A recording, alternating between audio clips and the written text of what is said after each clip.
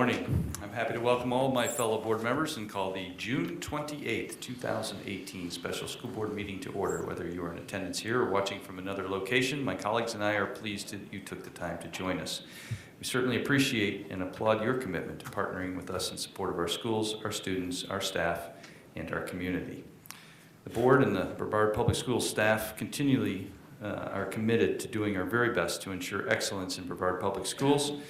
But we know that success depends heavily on an engaged and committed community to work alongside of us and to continually help us to improve. Thank you for being an active participant in this process. Pam, roll call, please. Mrs. Belford? Present. Mr. Craig? Present. Mrs. Deskovich? Present. Mr. Susan? Present. And Mr. Ziegler? Present. This morning, Matt Reed, Assistant Superintendent of Government and Community Relations, will lead us in the Pledge of Allegiance. I pledge allegiance to the flag of the United States of America and to the republic for which it stands, one nation, under God, indivisible, with liberty and justice for all.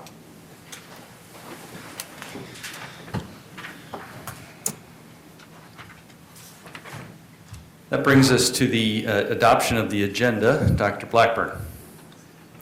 Thank you, Mr. Craig and members of the board. On today's agenda, we have administrative staff recommendations, 7 consent items, and 2 action items. You also have the yellow supplemental agenda, which are changes made to the agenda since being released to the public. Item A5 on administrative staff recommendations has been revised. Item G15 on former employee petition for administrative hearing is an addition. What are the wishes of the board? Move to approve. Second. Moved by Ms. Belford, seconded by Ms. Deskovich. Is there any discussion? Hearing none, please vote. I am unable to vote. Can I have ET come and look at my computer, please? And we'll take a voice vote. All in favor? Aye. Opposed, same sign. Hearing none, motion passes. Thank you.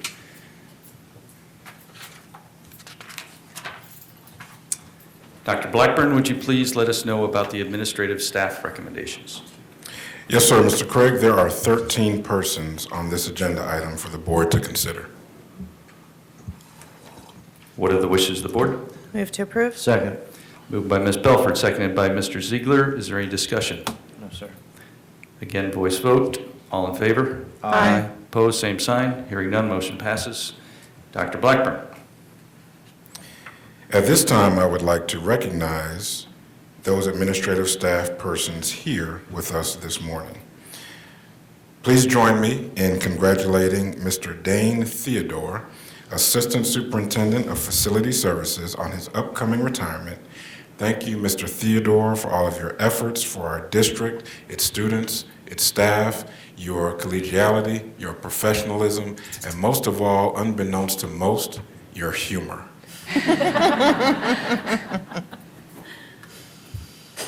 Thank you, Dr. Blackburn, and thank you, board. As I signed these retirement papers, 2 or 3 board meetings later, the board actually approves the retirement of staff. In this particular case, my signature isn't dry yet, and yet it's on the board meeting, so I'm not saying they wanted to do this before I changed my mind, but it's awfully suspicious. Just a really quick note. I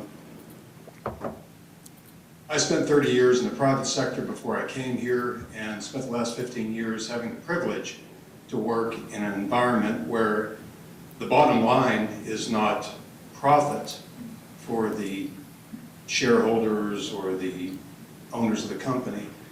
The bottom line here is student achievement, and everyone focuses on that. So those of you that have been in the educational sector for your career may not realize the privilege that you have, and I've had, in working in an environment like this, where student achievement is what we come here every day to do. So I've been privileged to work here for 15 years. When I came here, I knew exactly what to do to design and build buildings. I had no idea what to do to manage and maintain facilities. I was lucky enough to have a wonderful mentor, Ed Curry, who taught me about maintaining buildings, managing facilities, and I'm lucky to have had him as a mentor. I'm lucky to have had a team that supported me. They've been great. I've been lucky to have collaborative peers to help me along that path. So I've had a wonderful journey here, and I will be around for a couple more months, but I will miss you when I leave. Thank you.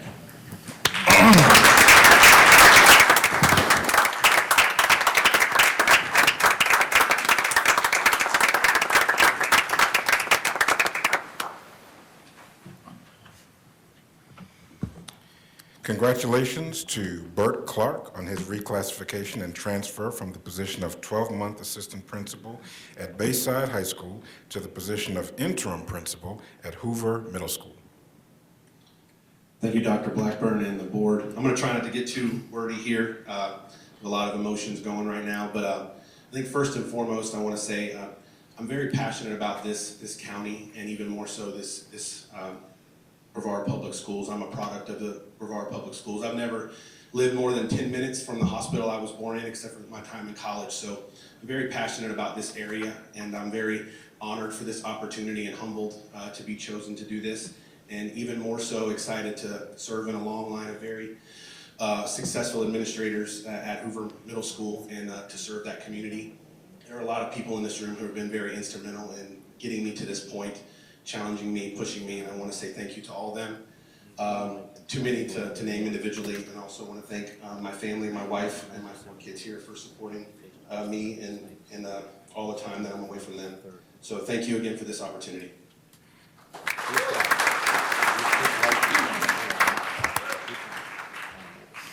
Congratulations to Denise Stewart on her reclassification and transfer from the position of 10-month instructional coach in secondary leading and learning to the position of interim 12-month assistant principal at Cocoa High School. Thank you, Dr. Blackburn and board. I'd just like to take a moment to thank all of the people who have supported me and helped me grow and get to this point, especially my secondary leading and learning family, who have really and truly done a lot for me as far as bolstering my self-confidence and teaching me things. Nancy Gray has been instrumental in helping me get to where I am today. My family is here. I need to thank my family. Sophia, Oz, I have a daughter who is unfortunately not able to be here with us today. My parents out in Washington. My father did say I was supposed to say I'm the daughter of Dennis Heckard. I don't think that means anything to anybody here, but it's on the record now, so. I also want to thank Mr. Wilson for taking a chance on me, and I promise to do you proud. I'm excited to be a Tiger, Cocoa Pride. Thank you. I see you're wearing your orange and black there. That's great. Congratulations to Nicole Gaumond. Did I say that right? Great. Congratulations to Nicole Gaumond on her reclassification and transfer from the position of 10-month assistant principal at Meadow Lane Intermediate to the position of interim principal at Dr. W.J. Creel Elementary School. Thank you. I would just like to thank the board members and Dr. Blackburn for this opportunity. I would also like to thank Ms. Klein, Dr. Mullins, all of the Leading and Learning elementary staff. I stand here today because you believed in me and you've guided me as an assistant principal. Karen Keiss, a couple of years ago, saw something in myself that I didn't see and pushed me towards leadership when I wasn't sure it was the way I wanted to go, and I wouldn't be here without her. Adrienne Schwab, who is my right hand sometimes and one of my best friends, has taught me more about leadership in the last 3 years than I could have gained from any leader. She's taught me the passion of education and how to lead by example, and I truly appreciate all she's ever done for me. My Meadow Lane family, you are truly family and always will be. I cherish all the memories and the things I've learned from you and will take them with me on my next journey. To my personal family, I stand here because of you and all you do for me. My husband and my 2 children who don't sit still but are at daycare today during this meeting. I would not be here without you, and you keep me grounded every single day. My parents who taught me the purpose and the importance of hard work and finding the job that makes your heart happy, and that's what I've done. To my new Dr. W.J. Creel family, I am so excited to begin working with you in a school that I know is grounded in community and hard work, and I can't wait to get started. Thank you for this opportunity.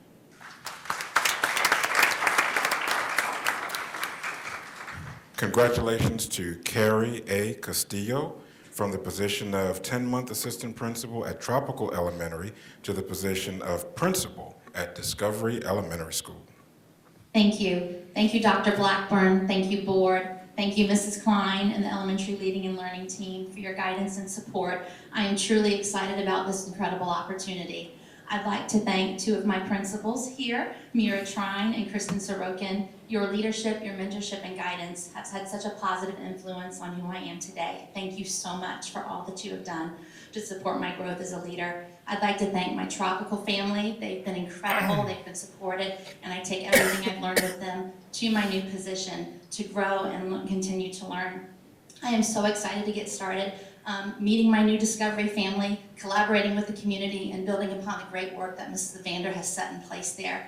I am so thankful for the opportunity, and I'd also like to thank my wonderful family, my husband JJ, my daughters Katie and Catalina, for their love and support that sustains me. Thank you.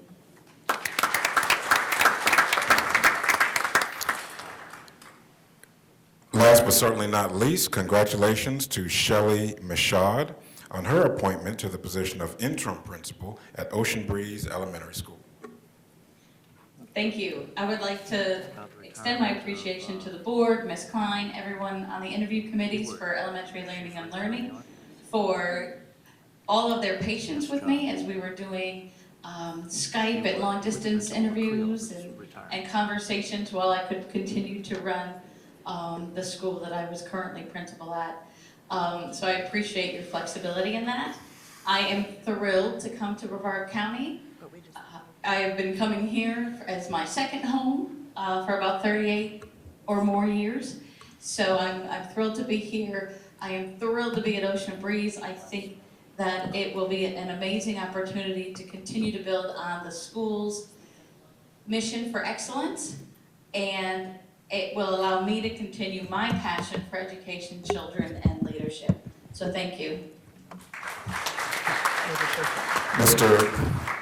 Mr. Craig and members of the board, it's not on the script to discuss, and I've been given strict orders not to discuss it, but I'm going to ask for a little indulgence as I break a promise or a directive.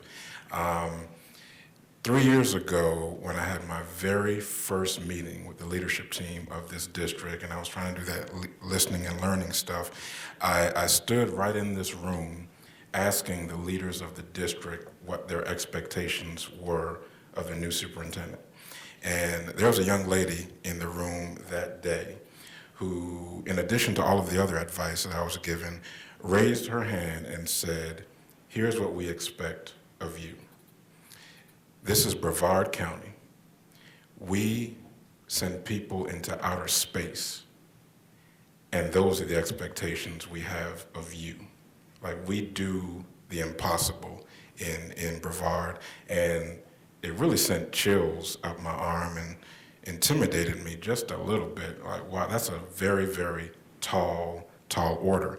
As we celebrate, rightfully so, all of our men and women assuming positions of leadership, this young lady has spent 50 years as an educator in this district, 45 as principal of Dr. W.J. Creel Elementary School.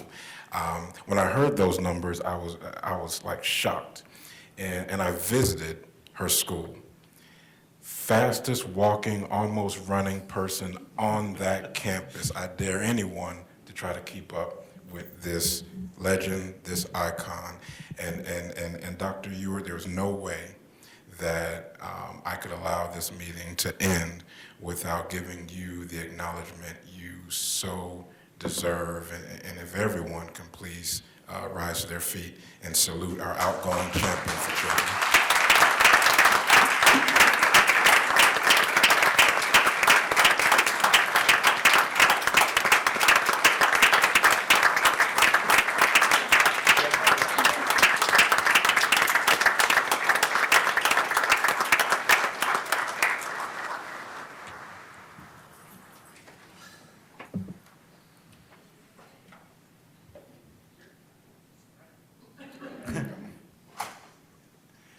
Dr. Blackburn. Does any board member wish to make any comments? Sure. So I was told strict to not say anything, so I will keep my promise since Dr. Blackburn did such a great job. The other thing I want to do is yesterday I was at the HBCA, the Home Builders and Contractors Association, and they have put together the largest internship program with vocational rehab in the state of Florida now. The program that we started to put together about a year and a half ago now has over 400 kids into the system, working at 19 different locations, all from Richards Paint to Coastal Mechanical to Boyd's Electric to print services to maintenance facilities all throughout the entire county. And it's growing. We have over 4 times as many kids working in that on-the-job training internship program than anywhere else in the state.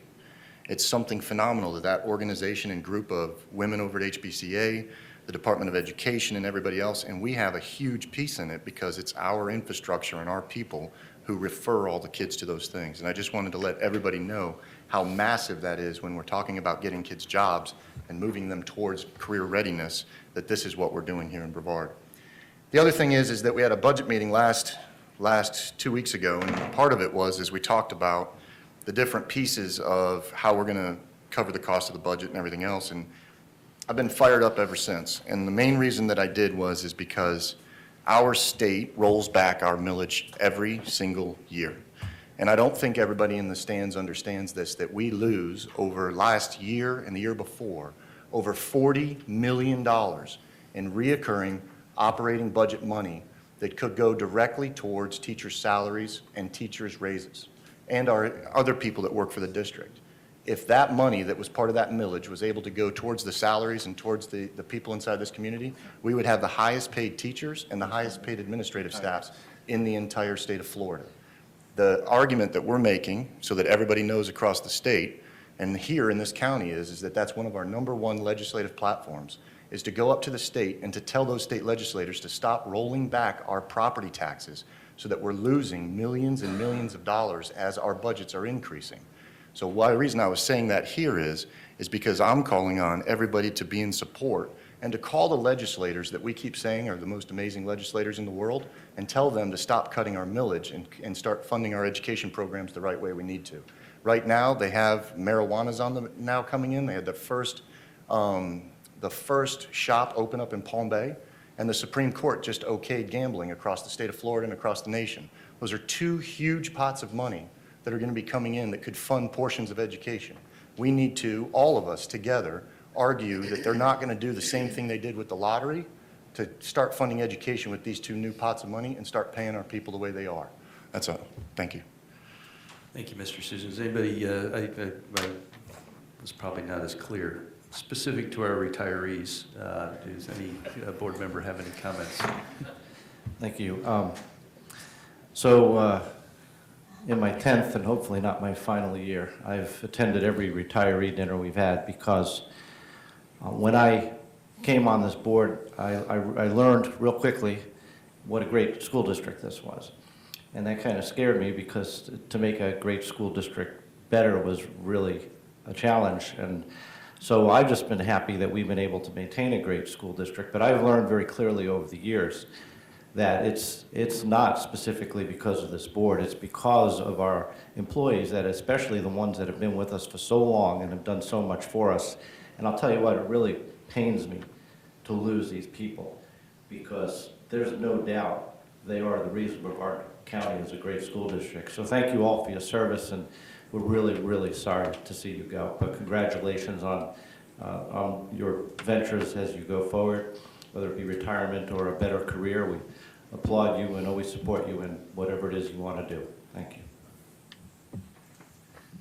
Anybody else? I'll add to that, Mr. Ziegler.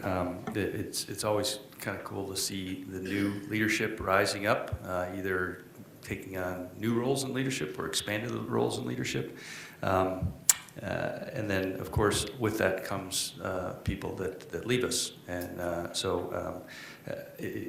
over the last 4 years, I've noticed that as people move into new positions of leadership, they always thank the board.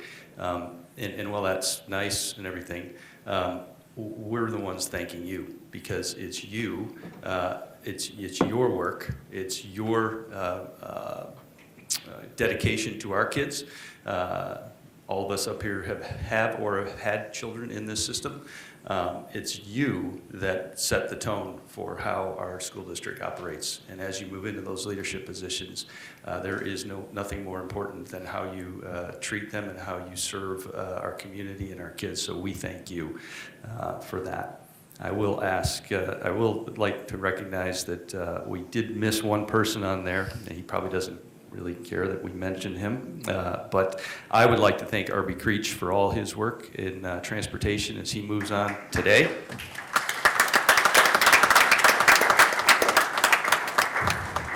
Transportation is probably the most critical thing that we have. Getting our kids from point A to point B safely and on time and efficiently is not an easy task in a district this big and with this many people. So Arby, you will be sorely missed. We wish you well down in South Florida, but thank you so much for all you brought to the district and to transportation.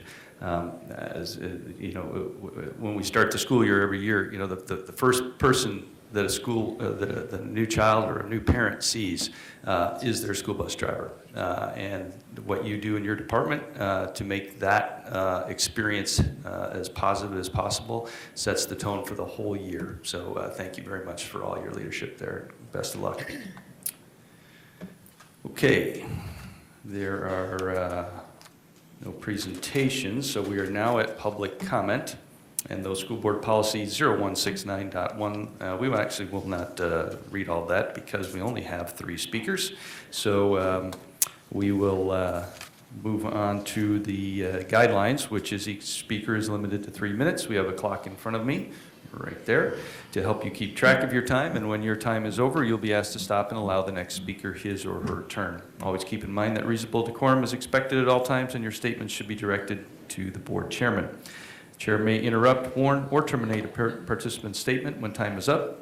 Personally directed, abusive, obscene, or irrelevant. Should an individual not observe proper etiquette, the chairman may request the individual leave this meeting. Let's all encourage an environment appropriate for our children who may be present or who are watching from home. The first 3 speakers are Anthony Colucci, Vanessa Skipper, and H.B. Stivers. Anthony?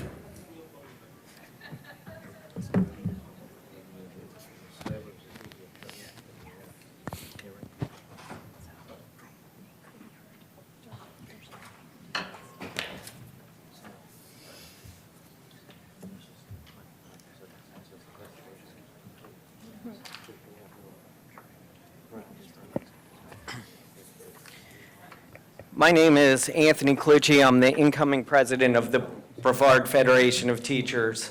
First off, I want to congratulate our teachers on the outstanding work they did to make sure our district was a top performer on state assessments.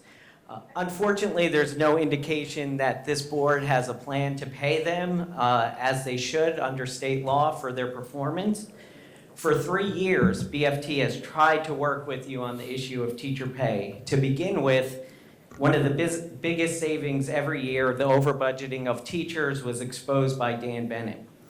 2 years ago, we lobbied you to prioritize raises in your budget so you would be prepared when the state didn't send any additional funds. You claimed to do that, then lo and behold, you thought 1% was prioritizing teacher pay. We protested like mad last year, trying to prevent you from spending $7 million on pet projects. Instead, you all voted for them: armored cars, sports funding, champs, instructional coaches, etc. Yes, I know some of you were against the armored car after being for the armored car. We then told you to put up some pressure on the state legislature, who doesn't do right by public education. Instead, you praised them continually. That's right, you praised the group that gave you 47 cents more per student. We encouraged you to go to the voters and ask for millage, like so many other districts do. You refused to give voters the opportunity to see if they would support teacher pay. With that said, BFT will no longer be in the business of helping this district through its self-inflicted financial woes. We will spend our time educating voters and demanding competitive raises. While you're looking at your small circle of political allies to make your decisions, our teachers are looking at Orange County. Did your cronies tell you that Orange County teachers already agreed to a $2,075 raise for highly effective teachers and a $500 bonus? While you're looking at your small group of cronies, do you know where our teachers are looking? Our teachers are looking at West Virginia. Our teachers are looking at Oklahoma and Kentucky. Our teachers are looking at Arizona and Colorado. Our teachers are looking at North Carolina. And you better believe that our teachers are looking at August 28th and November 6th. Our teachers will not accept excuses from you anymore. You can't blame Tallahassee today when you praised them yesterday. And that's really convenient, by the way, that today you're going to blame Tallahassee when it's time to pay up. You can't blame our residents when you don't give them an opportunity to contribute to teacher pay. This one-sided relationship where our teachers give and get nothing in return is over. This isn't a game. Our teachers are struggling financially, working 2 jobs. And you know, at this point, there are 5 folks to blame for that. Own it.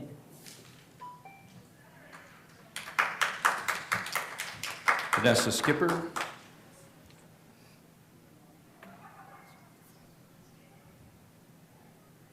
Good morning. I will follow up with that, Vanessa Skipper, incoming Vice President, always a Cocoa Tiger. The Florida legislature has not funded education, but our teachers have had to sit and listen to the legislature say, we have, your school board just has to find it, and they've had to sit and listen to the school board saying, we don't have the money, it's Tallahassee's fault. This week, the FEA, Florida Education Association, which is our state organization, I also serve on the executive board at the state level, put out a press release throughout the state highlighting 2 things. One, the amount of second jobs that our teachers work to make ends meet, and 2, a pledge to put out to all legislative members to sign to have our teachers' salary not be the highest in the nation, but at least reach average. Just pay us the average salary of the nation. Right now, we are 45th. That's unacceptable, especially when we see press releases going out touting how well we did on school grades. Look, Brevard is an A district. Awesome. We can drive over to Orange County and make a lot more. And that's just the truth. When I put out a call to our teachers asking, hey, FEA needs some people, 4 of our teachers from this county participated in the press call. And I'm telling you what, I will seek out any and every teacher that is willing to stand up. 3 of them signed up to be a plaintiff in the lawsuit against the legislature. 3 non-members, by the way, who believe in what BFT does but can't afford to be a member. Here are some of the second jobs your teachers work, in addition to what they went to college for.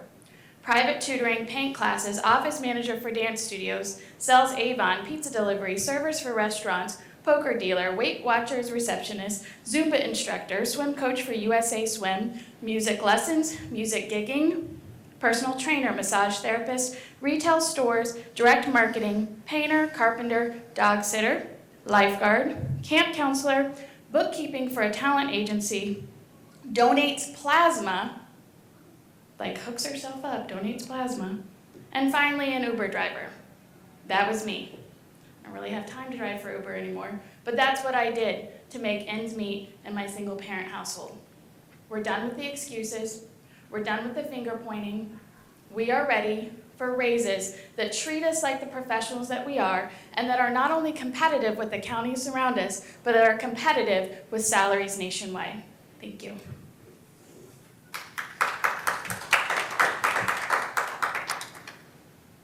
And H.B. Stivers.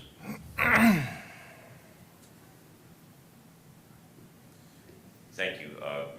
I'm here to speak directly to your agenda item concerning the former employee and his petition for an administrative hearing. I am one of his attorneys. And just to give you a little bit of a background, this is a process that we started on November 30th. We filed our petition for an administrative hearing with the board. No action was taken. We filed a petition for a writ of mandamus to the Circuit Court of Brevard County in order to require the school board to take action on that. The circuit judge entered an order that said, respond to the writ and tell us why it shouldn't issue. On behalf of the board, council filed a response. It was set for a hearing approximately 2 weeks ago. On the eve of the hearing, the attorney called me and said, I think we may have made a mistake. We need to have the board take action on that. Okay, now this is something that should have happened in December of 2017. Now we're here, the last board meeting of June of 18. Waited 6 months to get something that the statute is very clear that says the board is to act within 15 days of getting a petition for an administrative hearing. We're 6 months. Now we're here for a petition for an administrative hearing. We've asked for a hearing because the board, through its employees, have blackballed an employee, said he's ineligible to be rehired. There's no policy that says you're allowed to do that. There's no state statute you can point to that authorizes you to do that. We've challenged that. We're entitled to a hearing. The Constitution gives him the right to a hearing to clear his name. We've asked for the petition for a hearing. We haven't got one. I understand that the board is taking this up today. I don't know what the recommendation to the board is on the petition, but I've been told that I will have something in writing within the next 2 weeks. I don't know where that stands. I think we're still circulating an agreement to that effect. Really what we're looking for is, in order for us to set forth his right to a hearing, we have to say he has an injury in fact, and that we can point to a statute that authorizes the board to do what it has done so that the hearing request is authorized basically by the statute that the board is using that causes the injury. Well, there is no statute that says you can blackball an employee. There is no rule that says you can blackball an employee, and there's no policy that says you can blackball an employee. He has a right to a hearing, he has a right to clear his name, and all we're asking is that the board give him that right and allow an administrative law judge to make that determination as to whether or not he can clear his name. Thank you, sir. Thank you.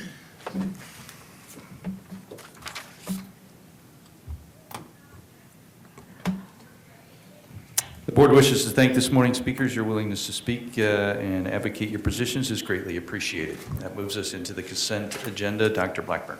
Mr. Craig and members of the board, there are 7 agenda items under this category. Thank you, Dr. Blackburn. Does any board member wish to pull any item? No, sir. Hearing none, I will entertain a motion to accept the consent items with the to accept the consent items as published. So moved. Moved by Ms. Belford, seconded by Ms. Deskovich. Is there any discussion? Hearing none, please vote.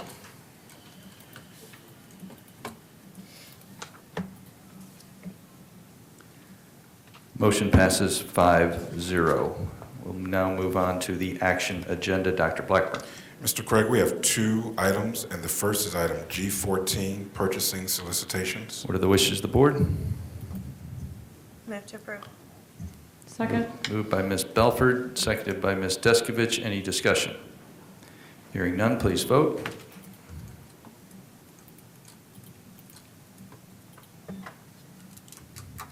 Motion passes 5-0. Dr. Blackburn. Next is item G15 on former employee petition for administrative hearing. What are the wishes of the board? Move to approve. Second.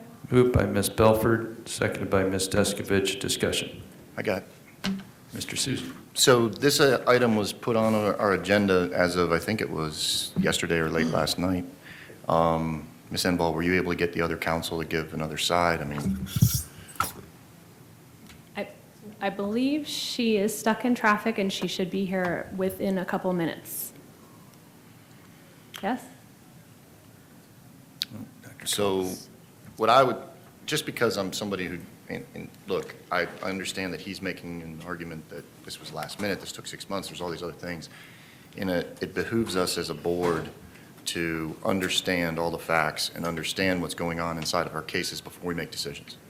Regardless of if we truly believe that this person's guilty or not, or whatever the movement forward is, I would like to entertain moving this to the July agenda, just so that we can get an understanding and a holistic approach to what's going on and make a educated decision.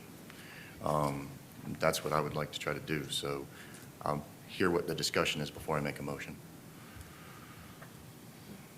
Ms. Deskovich? I have a couple of questions for Ms. Enval. The gentleman, Mr. Stivers, suggested that we don't have the authority, I think he said, to I kind of want to hear what your stand is on what statute allows us to consider or not consider here. If you could just give a little more information, please. So what the board's being asked to do under the statute, the board has to, we received a petition for administrative hearing, and yes, we should have brought it to you before. So the petition for an administrative hearing is asking the board whether you think it is legally sufficient to move forward and be forwarded to DOA, or if not, then to deny the petition. That's what the board's being asked to do. And it's the recommendation from the superintendent and that the petition be denied because it's legally insufficient. There was no board action which is required under the statute. It was a discretionary function on behalf of staff to make that. The board didn't make that decision. And then injury in fact, and then is not been, it's speculative. So there's some supporting documentation that was put on the agenda for you. So that's kind of where we are. The only thing we have to do by statute is either approve or deny a hearing. So if you decide to deny, then we would do a final order denying it, and then they can take that final order and appeal that denial. If you decide to approve and say, yes, it needs to move forward to a DOA hearing, then we will go ahead and move forward to a DOA hearing. Okay, thank you. Mr. Ziegler? So I think there are two things that stand out here, one of which is I think we need to very clearly look at how this district didn't comply with the requirement to turn this around in a short order. And I don't know where that process broke down, but I'd like to figure that out and make sure we have what's necessary in place so that doesn't happen again. Either way, and if that had occurred, and as you know, I like to give everybody their fair share, but as I understand it, and I believe you clarified when we spoke, that this employee had resigned prior to the completion of the investigation. That's correct. So in my mind, right there, we have no, we don't know the validity of the allegation and the investigation, and therefore, in my mind, as an employer, there's risk to make a decision of eligibility without knowing the facts. If the individual had not resigned and the investigation completed, we'd have something to have a hearing on. But to me, the only way I can make a decision to reverse that and avoid any concern of risk would be for that investigation to be complete. And it doesn't make sense to do that on an employee that resigned. And if it wasn't for that one fact, I would move to support and to approve the request. But at this point, I will support the superintendent's recommendation. Is there any other discussion? No. Dr. Blackburn? I spent a lot of time on this particular case, situation, and I understand that there was some legal action that perhaps should have taken place. For me, my job is very, very simple, to educate and protect the babies that attend our schools every day.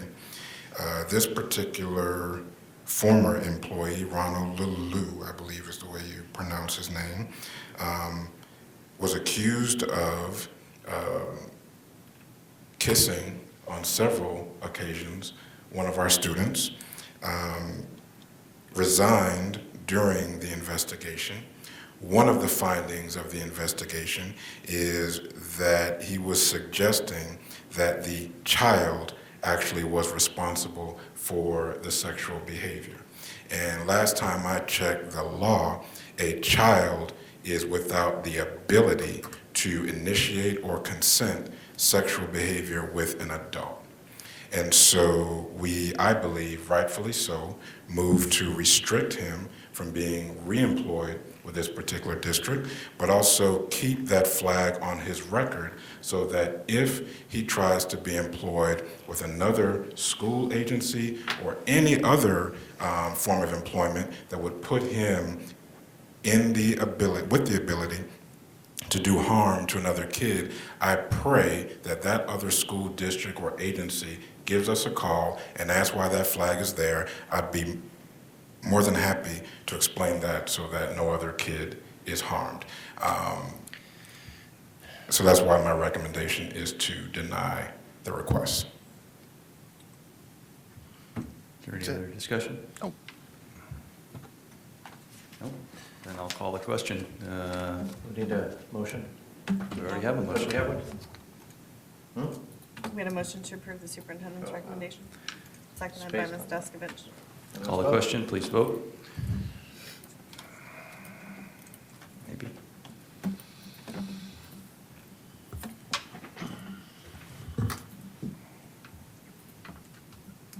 Motion passes 5-0. John, may I for 1 second? Andy brought up the fact that we were supposed to respond within 15 days. Could we give some direction to Dr. Blackburn to kind of make sure, look at why that happened or didn't happen, or to Amy, and make sure that that process is... This was a procedural case, and it was one that, when the petition was received, I consulted with some of our other councils, and it wasn't clear at the time. Now that we read the statute, it is clear, so it was definitely our fault for not following through with that, but we will make sure that that won't happen again. Thank you. Okay. Where are we here? Having some computer issues. There's nothing on the information agenda, no staff reports that I know of. No additional public presentation. It's time for board member reports. I apologize if you were expecting to have recognition items. I thought that we had discussed that, and Pam left it off of the agenda for a specific reason. But if you would like to add those things, that's fine. We do need, though, to discuss the contract issue for the incoming superintendent. And this is about the only time we have to do it. And so before we get into that, I'd like to make sure that any other board member has anything to bring up at this point, or any reports. Ms. Belford. I promise I will be very quick, Mr. Craig. Thank you for the opportunity. On June 9th, Mrs. Margaret B. Jenkins, who was a longtime teacher in Brevard County and retired, passed away, and just wanted to give some recognition to all that she brought to the district. Her daughter is still a teacher with us. Miss Edmonds at Coquina Elementary is her daughter, and Miss Jenkins was a pillar in the community and many, many years of service to students in Brevard County. So just want to offer our condolences to her family and thank her for all that she contributed. Thank you, Ms. Belford. Any other, Mr. Ziegler? I want to give a shout out and a heads up, although I can do this again, in July 10th meeting, to Centerpoint Church for supporting the children in Brevard County with their amazing back-to-school program that is actually overflowing their own facility. It will be on the morning of July 14th. We've had principals there in the past, and I'll tell you the joy on those kids' faces when they see their own principal in line handing them backpacks and supplies is amazing. It'd be great if we can get leadership out there. I believe Dr. Mullins will be coming out, and communications will be coming out, and hopefully some of the board members will come out and see this amazing event. The kids get haircuts, hearing checks, vision checks, just teeth, all kinds of amazing services. There's games, there's food for all these kids. They do a great job. I'd really like the district to take notice of this amazing program, because they're at a situation where they are outgrowing their facility, and they asked me what the chances are of partnering with the school district and using one of our facilities to serve our kids. And I think that's a great idea and a great community relationship. It dovetails perfectly with what Dr. Blackburn had challenged our principals to do, which is to go out there and create relationships. So we're urging all of our principals in that area to attend the event and to help nurture that relationship. And maybe next year we can be part of that and make it even bigger and better. And again, that's July 14th in the morning. I think it starts at 8 o'clock. Thank you, Mr. Ziegler. Ms. Deskovich? I want to invite everyone to Satellite High or Titusville High tonight and tomorrow night, 7 p.m., or Saturday at 2 p.m. The Phoenix Foundation put forth 100% of the funds to fund our the departments where the kids act and sing, with fine arts departments, to put together. To put together these programs. Satellite High they put together the musical The Chess, and Barnum is in Titusville. So if you have an opportunity this weekend, there's supposed to be excellent shows in both locations. I also want to thank the Brevard School Counselors Association. They invited me to lunch yesterday, and we spent a couple hours discussing the future of what guidance counselors should look like in Brevard County, so I appreciate their time. And last, just some good highlights of the things in HR, since I'm the HR board champion, and this is our time to kind of report what's going on in those areas. We are at 60% of the way on Dr. Tolk's hired library media assistants for the summer and some other 10-month employees to come in and go through those files. For those that don't know, 9,000 of our employee files are all in paper form still. And so they are organizing them and cleaning up the files so that we can give them to the company and digitize them. And we're hoping to have that done by the end of July. Also want to thank Linda Neville and Marinette DeLuce for that, because they are kind of overseeing that project. And then just a heads up on our process, we asked Dr. Tolks to come up with a way for our teachers to be able to substitute after they retire in that first year gap, and that is about to go out to bid, and she's hoping, fingers crossed, that by the start of the school year we'll be able to hire retired teachers as substitutes. Thank you. Fantastic. Anything else? Mr. Ziegler? I'm curious why that's going out to bid. Does not one of our continuing vendors have the ability to service that need? I Can somebody answer that. Okay. So our current solicitation did not include substitute teachers for that. We did quite an analysis with purchasing and stuff, and this was the cleaner way to go, because even though there's a provision to add substitutes to that, or to add additional categories of temporary personnel to that, the scope was more focused on operations employees and not instructional. So it was more our food, nutrition services and those kind of temporary employees. So it didn't really capture, the language of the solicitation did not really capture instructional employees. So now this solicitation does, and it will act independently of the other one, which was actually an older solicitation too. It was I think it was 3 years old already. And there's purchasing rules or statutes that don't allow us to go to those continuing vendors to add on a service that's within their realm?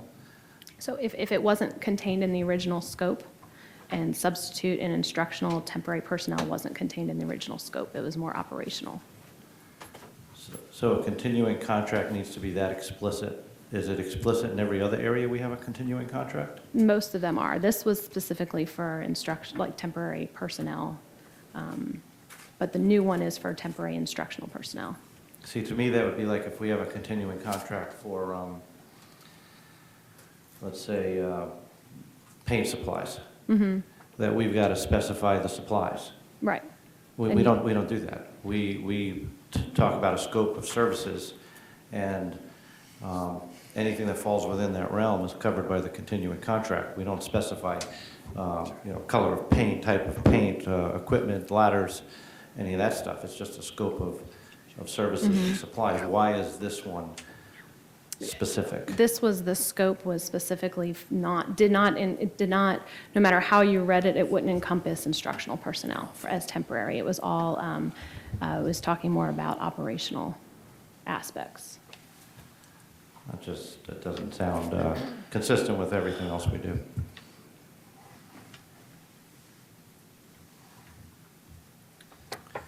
Anything else? Okay. I am having a hard time pulling up any email at this point. Ms. Enball sent me yesterday a draft 3. I would like to ask the board's indulgence to take a probably 5-minute recess while Ms. Enball pulls that up and distributes it to each of us. And we will step through the portions where she had some questions so that we can make sure we're all on the same page. We are kind of far apart on a variety of things there, and we need to have that discussion. So, Ms. Enball, do I need a motion for recess? I don't think I do. Okay. We are in recess for 5 minutes. Please come back and be ready to discuss the contract.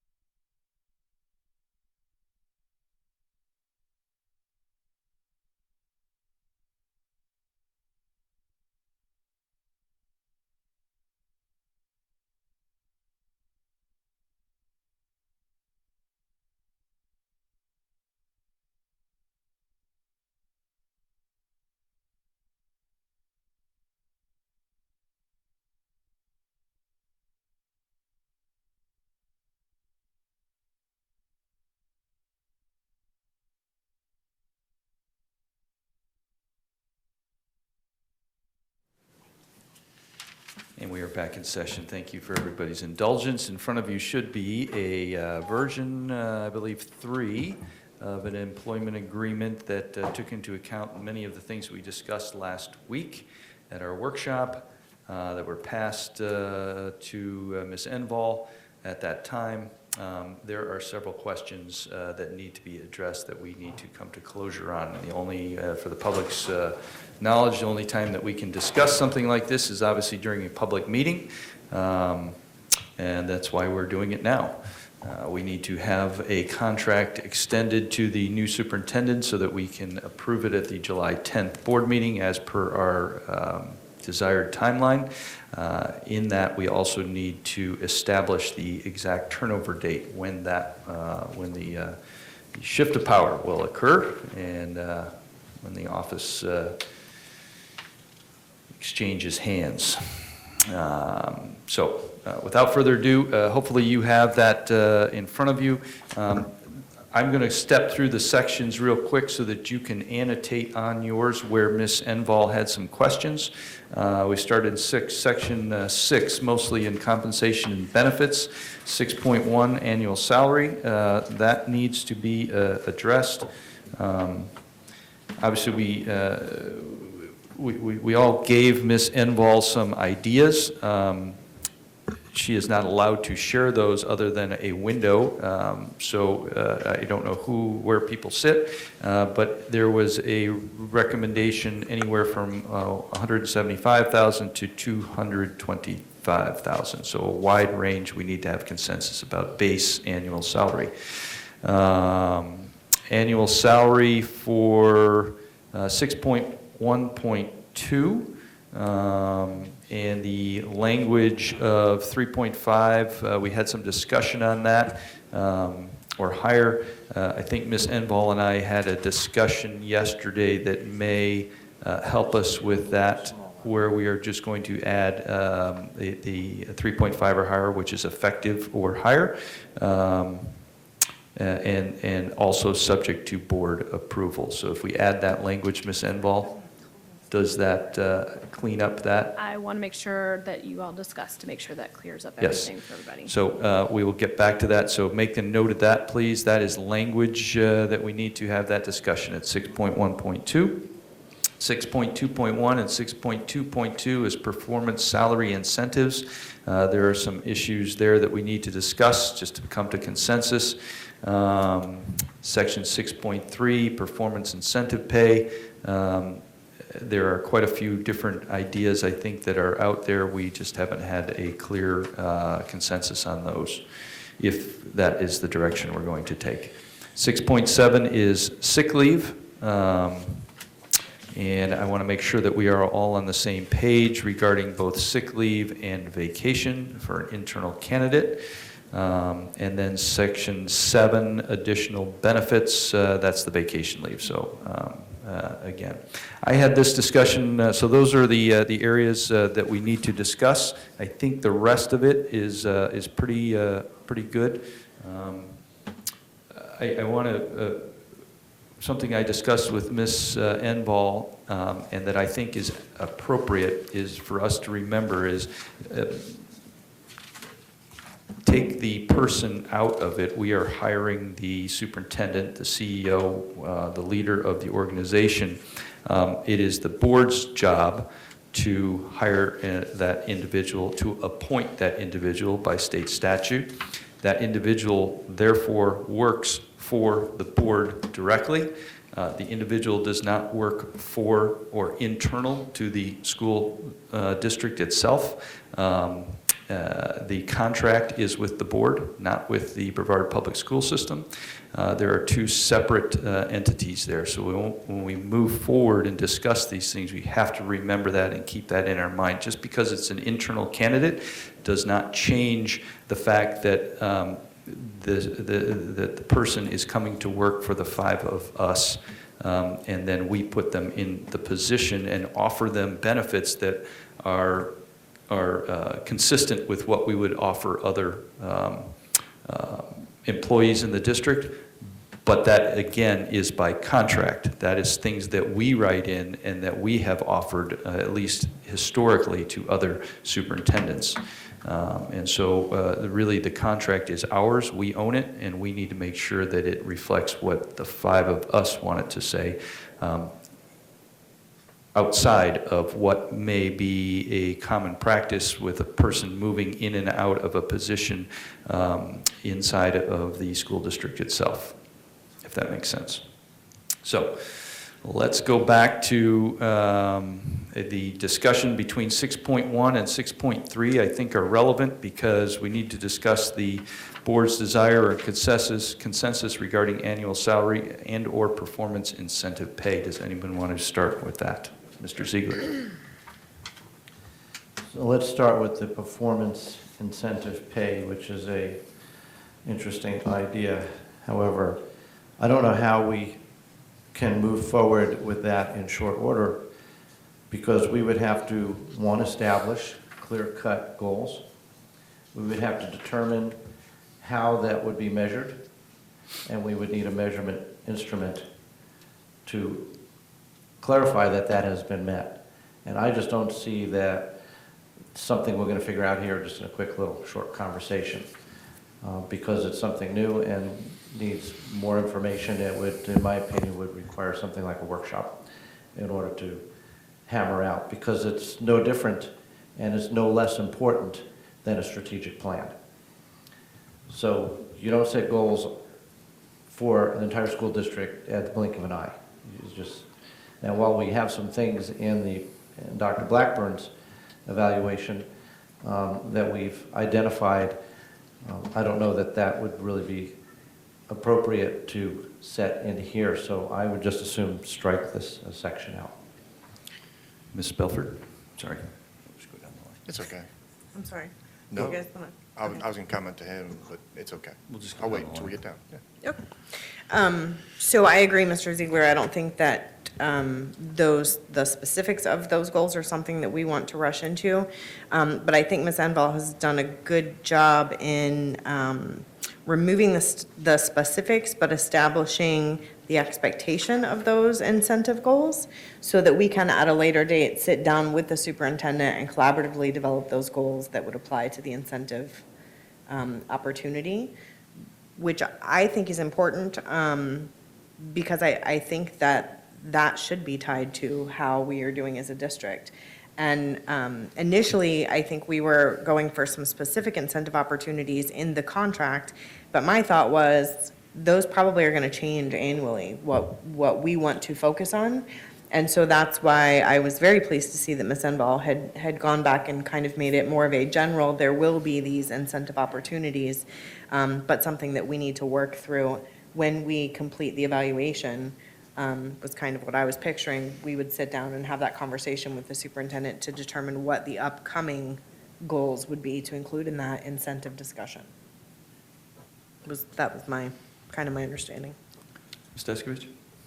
So I gave Amy or Ms. Enval a number of where I wanted the salary, where I thought the salary should start. But I included incentives in there to get it to where I think it should be ideally. And I hear what you're saying, Mr. Ziegler, but I think there's some things that are a given. I know I brought forward the Sterling, and I agree. Something like that, we really have to take time, evaluate, decide if it's what part of that we would want to, with the new superintendent, what part of that we would want to put within the district or not. But there are some things that I think are a given, which other districts have done, which I am open to. $2,000 for an A district. If we drop down to a B, then you wouldn't get that incentive pay.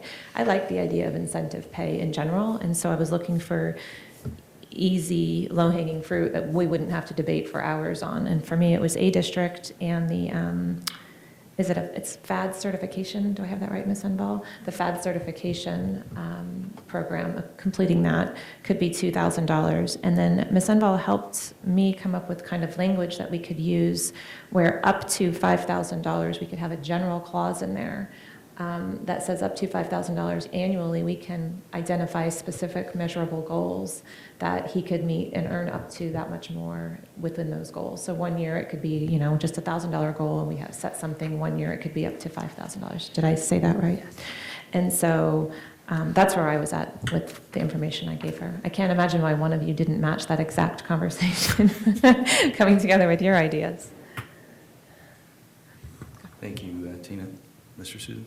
So I think it's essential that we have performance-based goals set in and putting it towards the strategic plan. I hear what you're saying about identifying which ones and everything else, but I think when you look at our teachers who are evaluated based on performance, when you look at all other major CEOs that are evaluated on their performance based on their boards, when you look at all of the other organizations where we do this, those incentives drive performance, and that's where our entire nation's moving towards, for more performance-based measurements. And I think that I would like to say, as a former teacher, there's a lot of people who go out and they would go out and they would get all the certifications, they would get the national boards, they would get all these other things, and in some cases it didn't mean they were a good teacher.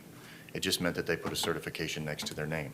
Where the true teacher, where you found that, was in the results of where their performance was. So I'm more towards performance, less towards certifications in this regard.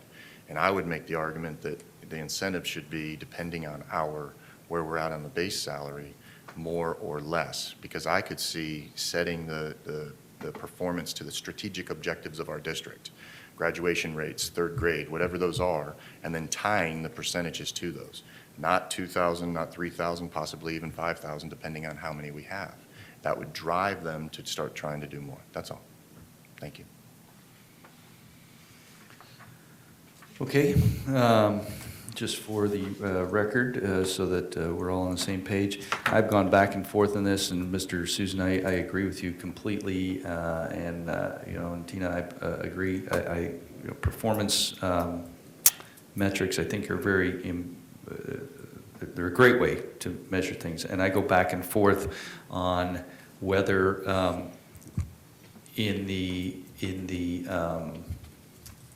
realm of child education, whether we put a financial number on that, or whether we as the board continue to evaluate the superintendent appropriately with the yearly evaluation and provide the incentives through that process to get to goals that may change every year.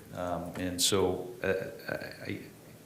I like what you did with at least having some language in there, and that's the first I think I've heard of that. Or is that what's in there? What Ms. Deskovich has put forth? I did not want to, when I realized that we were all on different pages, I did not want to incorporate anything specific, so I kept it very, very generic.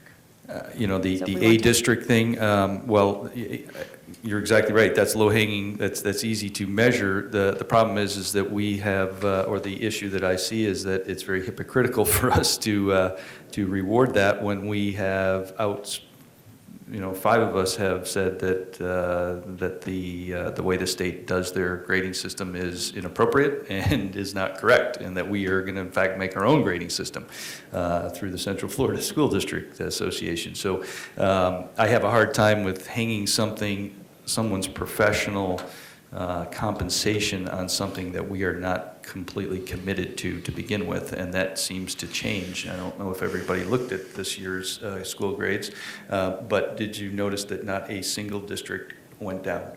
Not a single district, which I find very interesting in an election year, that you can't tell me that in 67 counties that every single one of them improved or stayed the same. It's just that the percentages of that happening is just not. So I think that the grading system is flawed in many ways, and I just say that I throw that out there because it questions in my mind whether or not it is truly something that we want to then tie somebody's professional compensation to, which is why I kind of shied away from that. I think internal things like graduation rates, school, third grade reading, I think those are all excellent ways to evaluate the superintendent, and we can put those in specific in writing in the evaluation system, and then make our determination on effective and that type of thing utilizing that mechanism. but it's two schools of thought. So do we want to do that up front and then make it something to work for that is tied financially? Or do we want to make it something that holistically everybody should be working for all the time anyway? And we evaluate the superintendent ability to put the right pieces in place to make sure that that happens. So that's kind of where I sit. I think throwing too many performance enhancements in there sometimes creates a culture of we have to make things look right in order to get to a certain level, and not that the superintendent would do that, but that is something that if we set that tone up here, then that permeates throughout the organization, and I would hate to see that as something that we would encourage because we want to see better numbers, vice what is actually best for each individual child. So I have a hard time kind of going back and forth on that. I believe, again, you have to take the individual out of it. Every superintendent that has been hired since the 2000 timeframe has had the exact same background as the incoming or the superintendent that we have voted to offer a contract to, meaning they have not been a superintendent in a district in any way, shape, or form. So they're all very on a level playing field. When you go back to Dr. DePatri, Dr. Bingley, Dr. Blackburn, they all, this was their first time in the big seat, as it were. So I think there are quite a few comparisons to make on how previous boards address those. Not to say that it was the right thing to do, but certainly there is precedent set, and I would have to have a pretty solid plan to move from what has been precedent to completely change course, and I just don't know if we are able to make that right now. That's I think my concern. Other than having it built into the performance evaluation system, which would mean we restructure that to fully evaluate the things that we have brought up today. So I throw that out for discussion. I'd like to know where the board would like to go. Mr. Ziegler. So I think you all clearly made my point, but I will clarify. I don't have an issue with performance. I think that's a great idea. I think it's just going to be complicated to hang our hat on it right now. And if you think there's a way to structure the contract to figure that out down the road, then we're going to have to get into wordsmithing that clearly so that we can do that down the road. But such as district grade, even Mr. Craig said graduation rates, third grade reading, these are things that unfortunately are going to be in the state's control as to how what the tests look like, what the grades look like, what the cut scores look like, all those type of things then are really outside of even the superintendent's control, and I don't think that would be a fair thing. So we would have to get into this nitty-gritty and minutia of what does this look like now. We fortunately, or unfortunately, any way you look at it, wanted to move quickly on this process and does not allow us to the time to do that analysis right now. I think we all agree that'd be great to do. Maybe we can figure it out for the first evaluation and contract revision. But right now, unless you want to wordsmith how we can incorporate this at a later time, I don't see that we can figure this out in short order, the details out in short order. So I think like I said, we all agree on performance. I just don't know how we incorporate that at this point in time. If you all have an idea and we can make that happen, great. But we have to have goals that are measurable and within the control of the superintendent. Otherwise, we're doing him and us a disservice. So, and I do agree with the others, getting the certification and going through the training. Obviously, professional development is very important. throughout the organization. And it's just as important for us sitting up here as it is for those that serve in the ranks. So I'm okay with 6.21, 6.22. I just think 6.3 is a very complicated conversation. So Thank you, Mr. Ziegler. Let's step through that. So 6.2.1 and 6.2.2, are those amenable to everybody? That's what the performance salary incentives, that's the Florida statute that's authorized by Florida statute and through FADS and certification, and also the CEO Leadership Development Certificate that is also established in Florida statute, also done through FADS. That gives a range from 3,000 to 7,500 and 622. Yeah, can you explain that, Ms. Enval? I can try. The information that I got from when I was talking to FSBA is it is a range based on an outside consultant that comes in and evaluates that, and they set that range. This is a program that was established for elected superintendents, but many districts that have appointed superintendents are also incorporating it. So that range is actually not set by us, but it would be something that the board would then have to pay if it so desires. But the range is anywhere between 3,000 and 7,500, depending on the complexity and what that CEO Leadership Certificate review team determines. Thank you. And who composes that? Is that a firm that we have to hire, or is that No, it's actually state-funded? It's through the Florida Association of District School Superintendents, Okay. and it's all fully funded by them. So we don't have to pay for them to come out and do the evaluation, or we don't have to pay for the superintendent to go through either the first phase or the second phase. But the district then would be, those two run concurrently, and so then the district would have to then, and it's something that has to be applied for and certified every year. So it could go away or it could stay, but those. And how long do those certifications take? So the first phase will take up to a year. This is for the CEO one? or The for 6.2.1, the certification first, the first one. For the, For the special qualification salary. Okay. That's going to take about a year.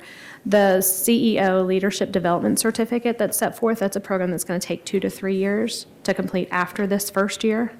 And that would then be awarded, and then as long as that certification is maintained, then that could be earned every year. So none of these would be reachable within the first year of the contract? No, not even the first one. The first one would be close, but. Okay. Interesting. So, Mayor? Yeah, please. Open discussion. Thank you. Thank you for pointing out the hypocrisy of rewarding the A district. Sometimes you get sucked into the groupthink up here. That's what I say all the I'm happy. time. I think it's great. And no, and you know. And I know that people work very hard to get there, and It's a hard toss-up because there is some value, but I don't think that's where we want to go as a district. And it's certainly not where I would want to go as a district. So thank you for checking me on that. What I was trying to do is, I'll just throw the numbers out there because it seems like we're going to dance around them because nobody wants to do this publicly, but we have no choice. So what I was trying to do is I was trying to get to the $210,000 that we hired Dr. Blackburn at. But doing it in a more creative way. So I was starting at $202,000 with $8,000 of incentives, and then ideally that would be $10,000. May not be the best solution now that we don't have, with my creative $5,000 in A district, we don't have that $8,000. And with the information that he could not earn this 6.2.2, even a portion of it in the first year. So maybe that's a non-issue, unless anybody else has other ideas for incentives that won't take a huge workshop to work through. Dr. Blackburn, can I ask you a quick question? When you're looking at the evaluation of a principal, does it mean something to you that your school drops from an A to a C or a B to a D and all that stuff? Is that part of your evaluation?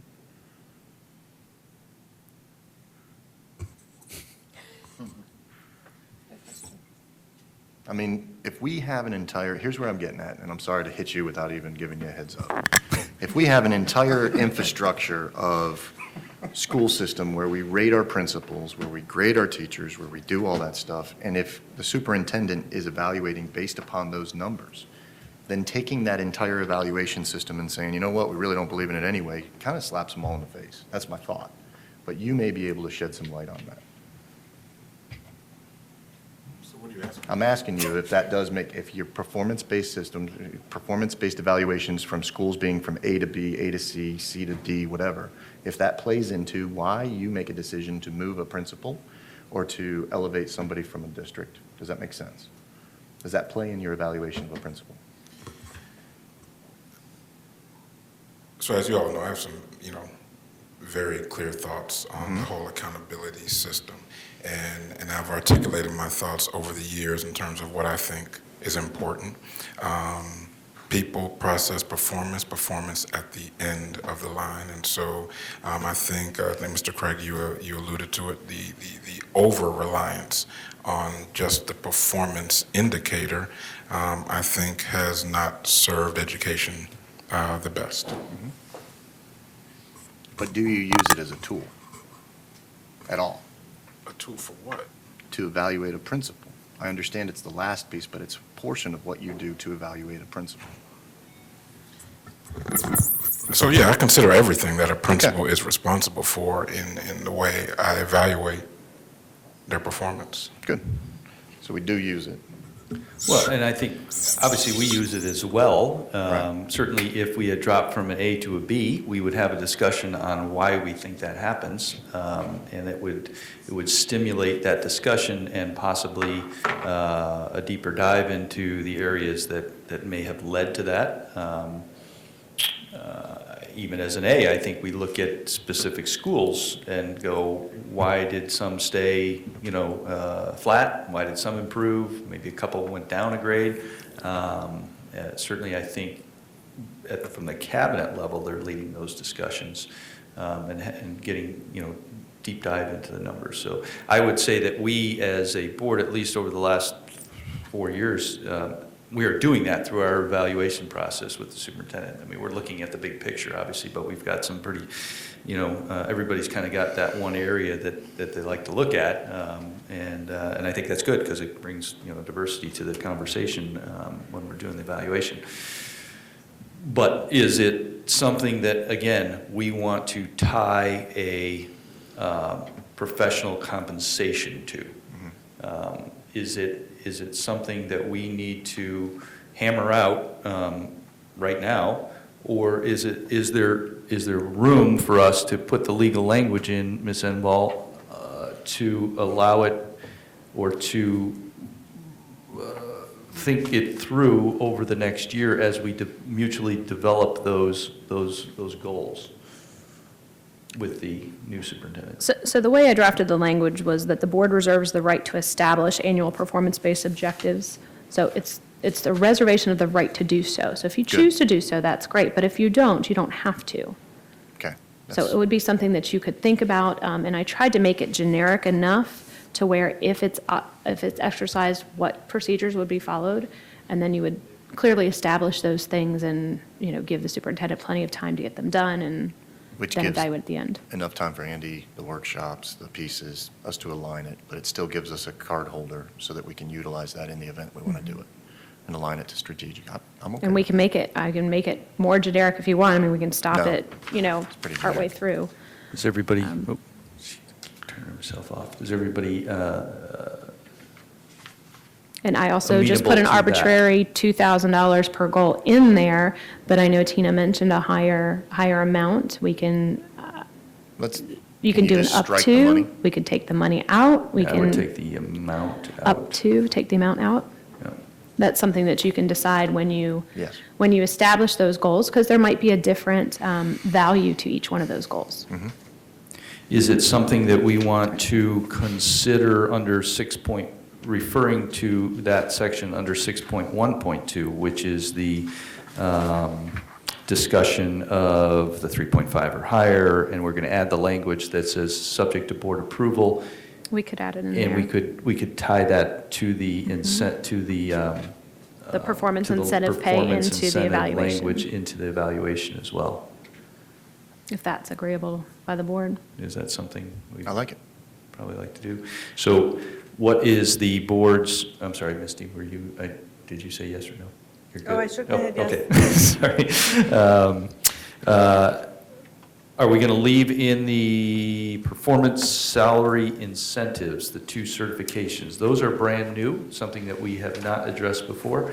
You can have them both, you can have one. I want to make sure we're all on the same page on that, though. Andy, what do you think? Yeah, I like leaving 6.21 and 6.2.2 So both of them? in there because it's always been a pet peeve of mine especially for elected officials who have the ability to get elected and then get trained as to what their job is. Those of us up here take advantage of that, but we know there are plenty, they'll probably get slammed by some elected officials in town for saying this, but hey, I'm sorry.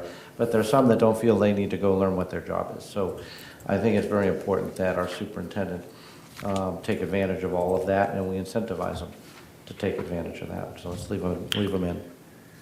Okay, so we're good on leaving those in? Okay, so Amy, if you can leave those in. The language in 6.1.2 tied to the incentives, which is going to be generic, which will be based on, through the first year, all the things that we just said. You got all that? I got it, yes, Okay. we're good. And then what is the, let's see, so we're taking out, so we've got the 6.3, sick leave, vacation leave. I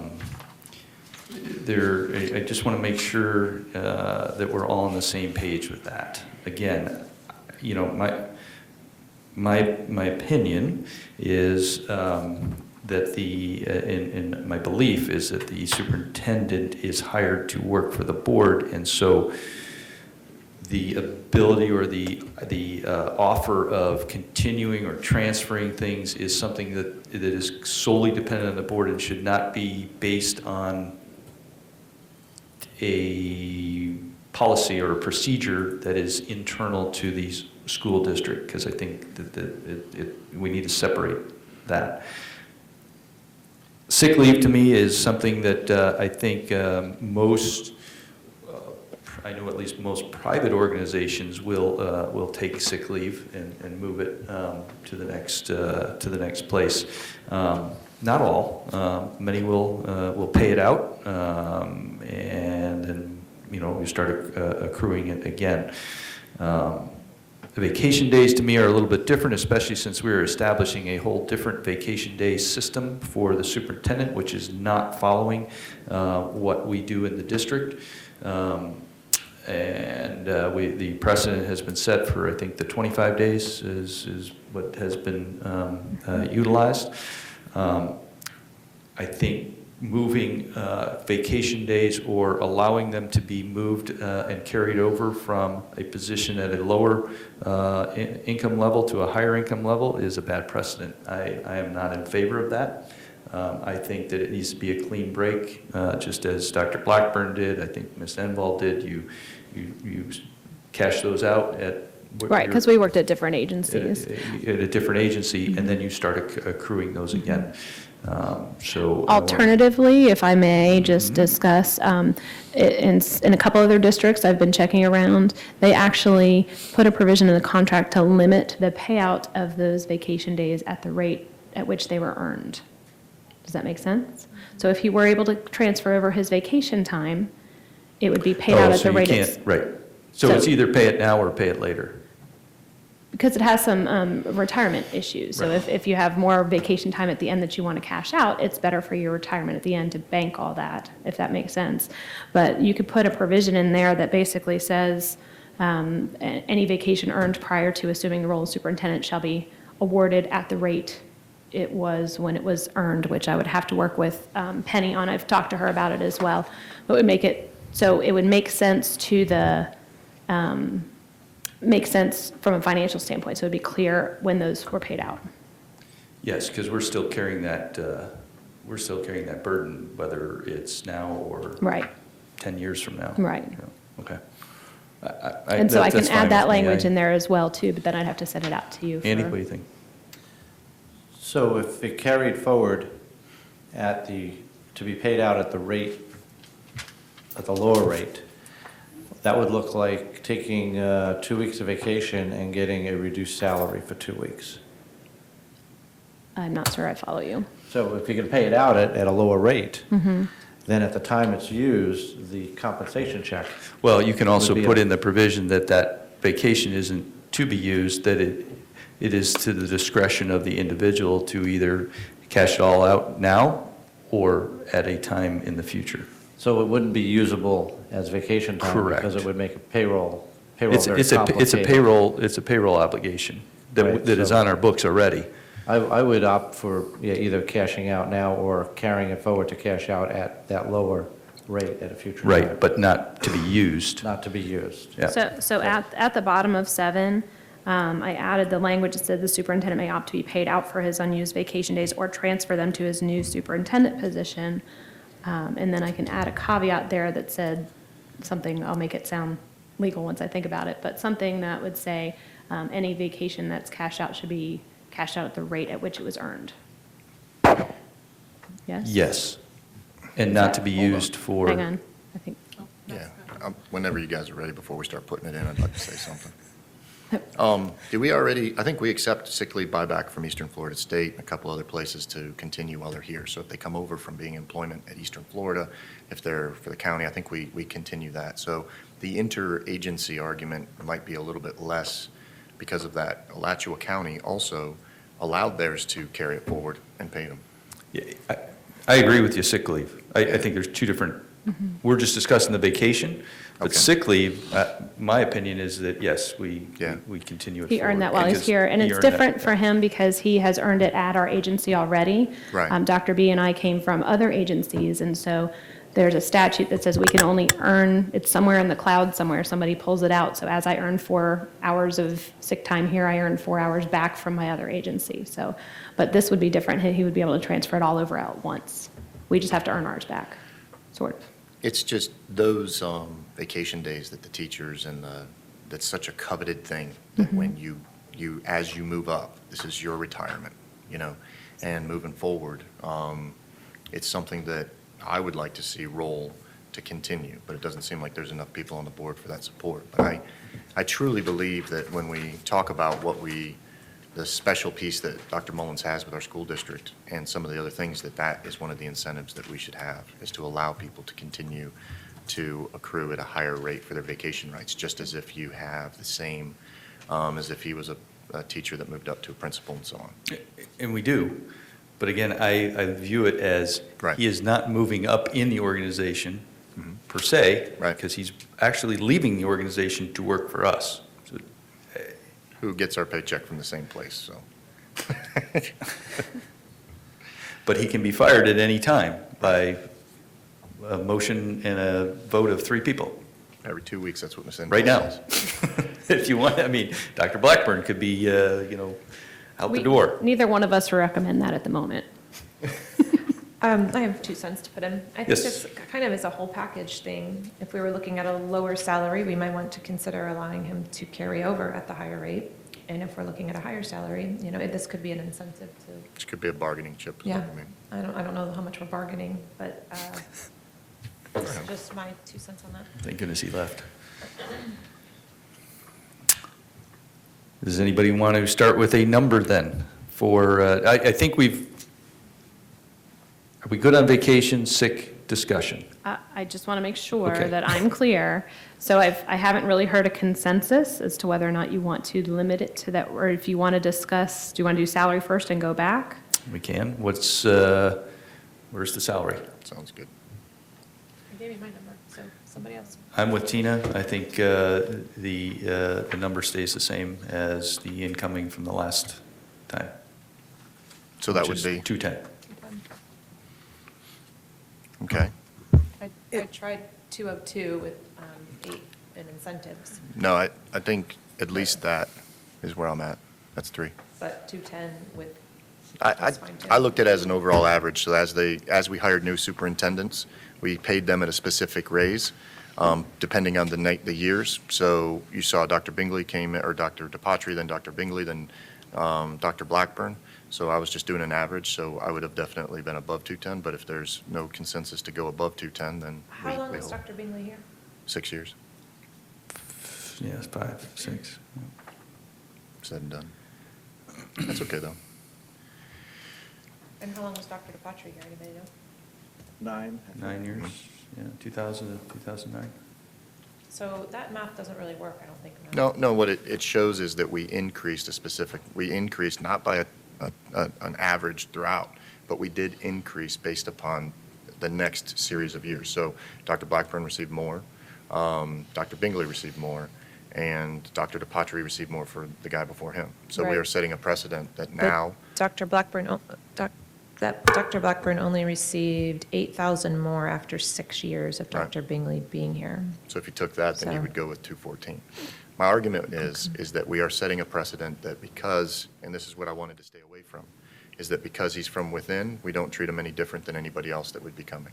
So if you hired somebody else, what would they be making an argument for? Would it be that they say, I'm going to start at the salary that Dr. Blackburn, your last superintendent, or would they make an argument for more? And that's where I sit with this whole thing is that I feel that we should go higher than the 210. But if you, if there's not consensus on that and we don't want to go there, we have 3, that's fine with me. It's a very good point, Matt. I do think by the additional provisions in 6.2.1 and 6.2.2 that there is the ability to, within a year to 2 years, rise above that. So I think that does give some You're right. flexibility to the individual then to pursue those things, or some encouragement to pursue those things That's a that we great think point. are important, and I do think that it's worthwhile. But you're exactly right. That's a great point, though. And that was the only reason why I stayed back at not the only reason, but I think it's, for 3 years, I think we're right at the same place. That's where I kind of come in. Okay. Everybody else, we're all good with that? Miss Analytical? Active listener.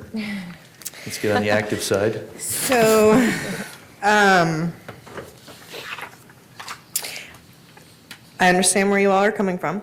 Here's my concern. I want to make sure that we're looking long-term. Yep. If we bring in the new superintendent at $210,000, and we look at just the incentives from FADS, next year, they're going to be making $3,000 more per year, right? Is that the number? Is it 2,000, somewhere around there? In 2 years, they're going to be bumped up to potentially an additional $5,000 from where we are right now. And that doesn't even include our strategic priority aligned incentives that we're discussing including. And so if you look at the increases over the years and how much those dollars have been, we're potentially looking at a significant jump. So it would be my recommendation that we would start below the current amount and provide those incentive opportunities, because I feel like those are important, but I don't want to end up being, I mean, if you look at the salaries of the superintendents in the other districts, I feel like we are going to put ourselves way out of range if we include all of those incentive opportunities, and I'm not sure that that's where we want to go as a district. That's a good point. Anybody have any discussion? Would they like to go start a little bit lower because of the incentives? Again, I think Do you Ms. have a Enval explained that those incentives would be at least 1 year for the one and at least probably 2 to 3 years for the other one. Any other internal raises or anything are subject to board approval, utilizing the language that we're going to attach. And so it could be looked at from a big picture on where the individual stands with those incentives. But I like what you have brought to the table. I think it's an important discussion, so. Yeah, I think if you factor in the tie-in to raises for other staff, plus the 2 FADS opportunities for incentive, plus any strategic, I feel like we need to look at that inclusively, because we may be creating an opportunity where we are forced to not support the superintendent the way we want to because we've pushed ourselves too far. So with those incentives on the table, what would be your desired starting point? realizing, knowing what, just utilizing those, because we don't know anything about raises. I mean, that needs to be a year-to-year discussion, obviously, for the individual. But because those are inside the contract and they have specific mechanisms for the individual to get there, and we know the timeline, what would be where you'd like to start? Where do you think we should actually value it quite a bit, so. Mr. Susan has his hand up like he might want to throw in No, a- I was going oh. to wait until, I was going to give you the opportunity. I was just waiting for John to turn and go like he does, and him know that I was going to say something to what you were saying. You know, if you look at the, I would say probably 202, 203, and then those incentives would basically equate to the current salary. Would be just my suggestion. I'm willing to have additional discussion. So, is this a point where I should, are you going to be this point? So, I think when we were talking to Dr. Blackburn last year, I asked him, I said, you know, for us to attract the best, right? The way we treat our superintendent and the way that we pay our superintendent attracts who we want. So in the event that Dr. Mullins is in the future going to decide that he's going to retire after 6 years, they know throughout the state that Brevard values their superintendent. I think that it behooves us to do that in other areas that we're trying to get to with teacher pay. And today we just passed one of the agenda items was to move up our purchasing and solicitor up an entire grade so that we could, and literally wrote in there so that we could attract a better candidate. So although we have Dr. Mullins here now, I think it shows, and I truly believe that it shows that we value Dr. Mullins if we start him at least where we had Dr. Blackburn. To dip below that would be, I feel, not a very good showing to Dr. Mullins and the individuals inside this organization. So that's where I'm at. Eddie? But Dr. Blackburn didn't have the incentives. I mean, Right. so That's that, very true. That's, And we're not going any higher than Dr. Blackburn. So you're saying in one regard that we're not going to value the fact that it's been 3 years and we're not going to go any higher, which sets a precedent for the first time in Brevard County history where we pay the superintendent at or below what we normally pay him to start his job based upon incentives that he might get. I think that you just made the argument on one side that we are going to give him incentives, so that justifies the 210. Now we're saying we're giving him incentives, so it justifies below 210, which I feel starting at that mark kind of sets a precedent that I don't really feel comfortable I with. think this is I think this is different. You're talking about precedent, but we're looking at a whole new style of contract. So I don't know that we have to do what was done before because we're doing the incentives. Misty? Oh, sorry, John. So I just did the quick math. If you look at the $2,000 for the first FADS, you look at the up to, and the amount of that is determined not by us, but by someone else, right, on the second FADS certification, up to 7,500. And then we have in here up to 5 incentive measures at up to $2,000 apiece. That's a total of $19,500 possible in incentives. I think we're going to take the number out for the incentives as they may be monetary, or they may not be monetary. They may be benefit, or they may be some other tangible. See? I Good told you job, there was a Tina. bug there. So, well, I understand that. Because we have the clause that allows board approval or requires board approval, that discussion needs to happen continuously every year to evaluate where the individual sits and whether or not they have performed to the level that the board believes that they should have based on the mutually agreed upon things. So I don't know, I still go back to, I agree with you, but I think with the language we have the ability to control the amount outside of the 2 performance salary incentives that would not kick in. The first one would not kick in till at least next year, and which would give a $2,000 stipend. And then the other one would at least be 2 years, possibly 3 years, just from the research that I've done and then talking to Ms. Enval. So that is almost like a pre-programmed incentive. Obviously, it is pre-programmed incentive, but something that then can be evaluated where that individual sits and whether they're actually pursuing those incentives and whether they are beneficial to the district. Because the rest of the language allows us to control whether or not we want them to take advantage of salary enhancements that are for non-bargaining administrative personnel, or whether there's other enhancements that we want to put in bonus-wise, because those incentives don't have to be, they're not pay. They're not an increase to pay, correct? They are a tangible number, which is nothing, just like our best and brightest stuff. It's a number that are not recurring salary-wise. That makes sense. Can I say something? Yes. When we did get the best and brightest, we didn't reduce the amount of money we paid our teachers to do it. It's very true. Good argument. So, I'm just saying. Andy hasn't given a number. Andy, what's your number? Come on. There's a one- whopping 5 people out here that are just dying to know what. I had originally set a range 195 to 210, so I'm within there. But there's a question that needs some clarification, and I think I know the answer. There is a statutory limit on superintendent-based salary, and I don't know if it's 225 or 230. I would be nice to know that these incentives are not considered part of that base or that statutory limit. That being said,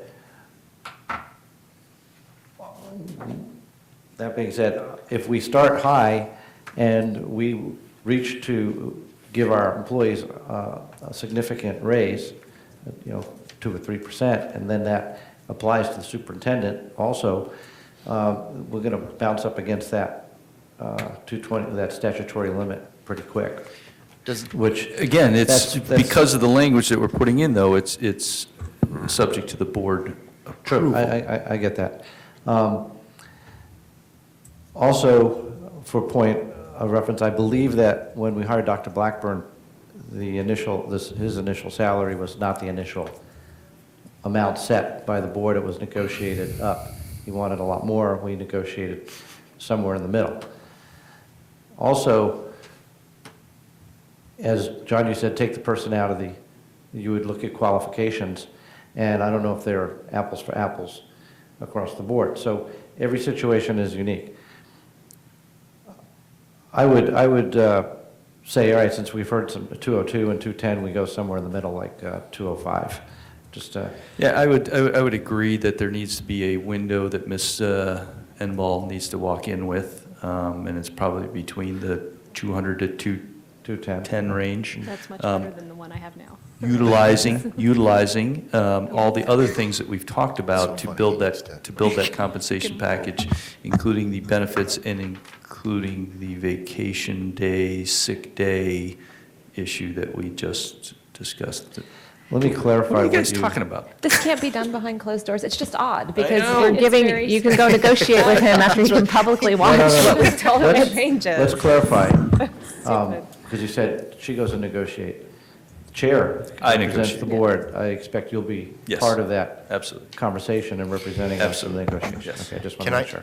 can I Yes. ask a quick question? Ms. Enval, that cap of 225 or 235, wherever that is for the superintendent, doesn't that go up year to year? It's not a set amount forever. So I phoned a friend. The statute is 1001.50, and it says subsection 5, that says notwithstanding any other law, resolution, or rule to the contrary, a district school superintendent employed under this section may not receive more than 225 in, I never say this word right, remuneration annually from state funds. So it's from the state funds. For example, in other districts, somebody I know other superintendents are making higher than that 225. They just pull the funding from different places. Yeah, And there's- my phone a friend said that the cap is only on elected, not unappointed.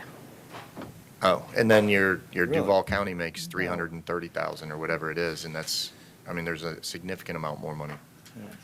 It's only on elected? That's what Cap is unappointed, not elected. And if it's, I mean, I know in other districts, they Superintendent's actually on use the elected. foundation and pay them extra money from the different, No, that's right. It's the way around. companies. Yeah, because elected is set by the state. Right. Boards don't Right. increase an elected superintendent's salary.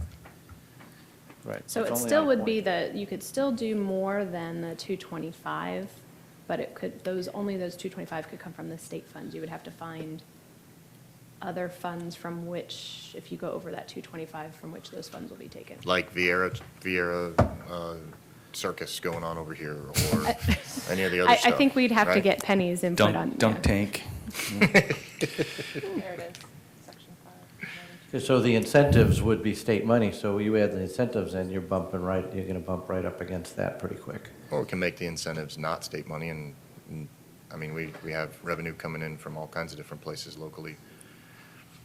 Well, we're just specifying amounts here, we're not specifying where it's coming from, but that's important to know that we All would right, have to. I understand everybody's concerns, and I think I have a consensus that I can work with Ms. Enval on. If you have individual things that come up that you're concerned about, please send them to Ms. Enval so that she can incorporate them as appropriate. I have a quick question. Yes. The statute says salary and cash equivalent compensation. What is that? That's not the paid out sick days, is it? I don't know what a cash equivalent compensation, unless maybe perhaps bonuses. Well, it says. It says bonuses. It remuneration says means salary, salaries, bonuses, and bonus- cash equivalent compensation paid to a district school superintendent, excluding health insurance benefits and retirement benefits. But not excluding sick pay? and- Cash payments from Big Tony. That Okay. still falls under benefits. What did he say? I didn't hear. But that's on a yearly basis, so again, it would be prorated. It's also yeah. simple. Just wanted to make sure we weren't getting ourselves in a big pickle. Gotcha.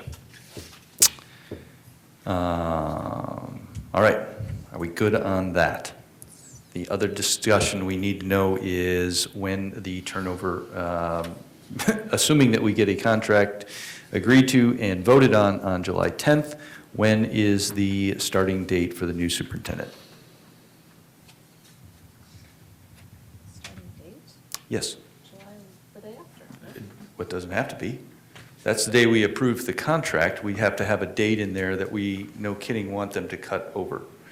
So what is the desire, realizing that Dr. Blackburn is here until August 10th?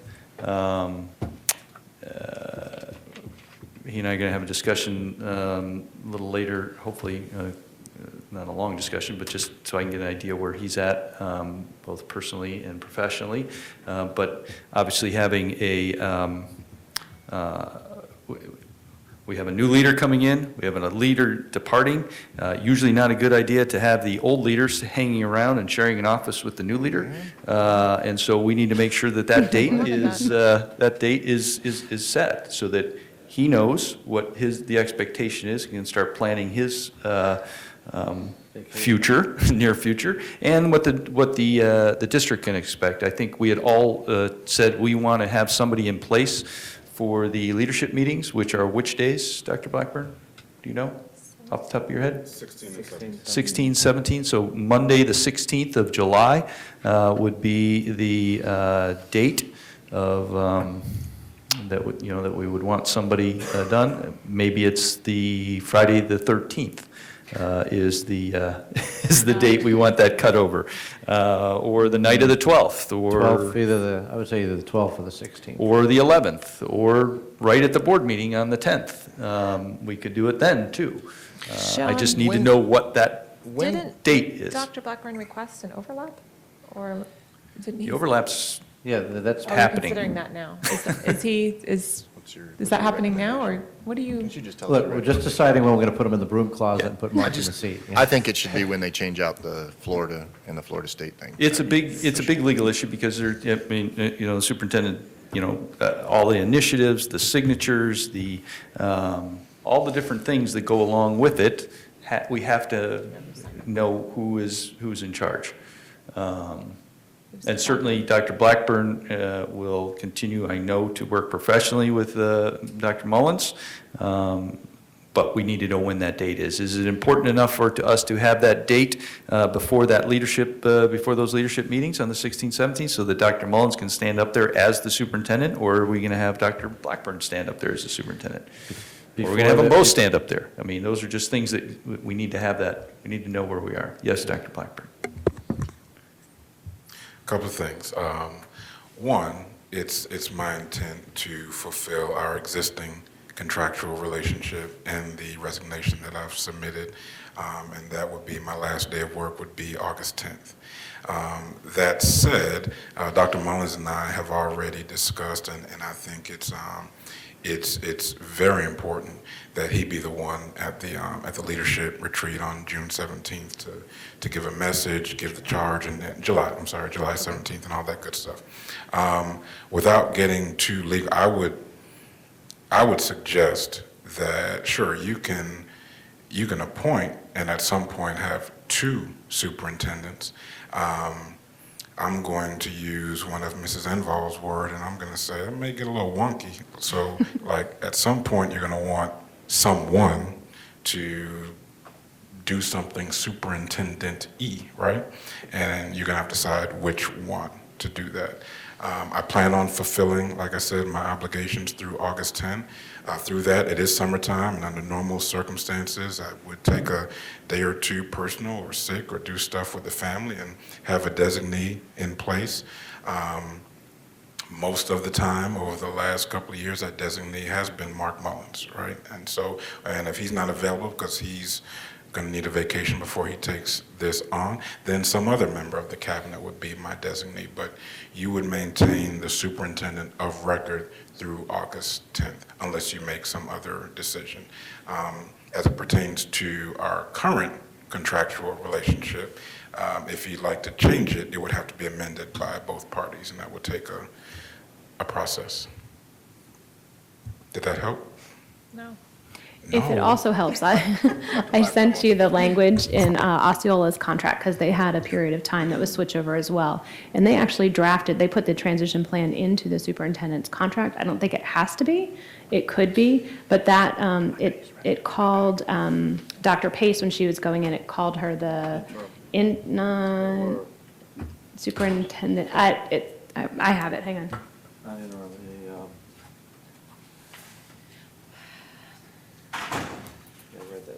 Yeah.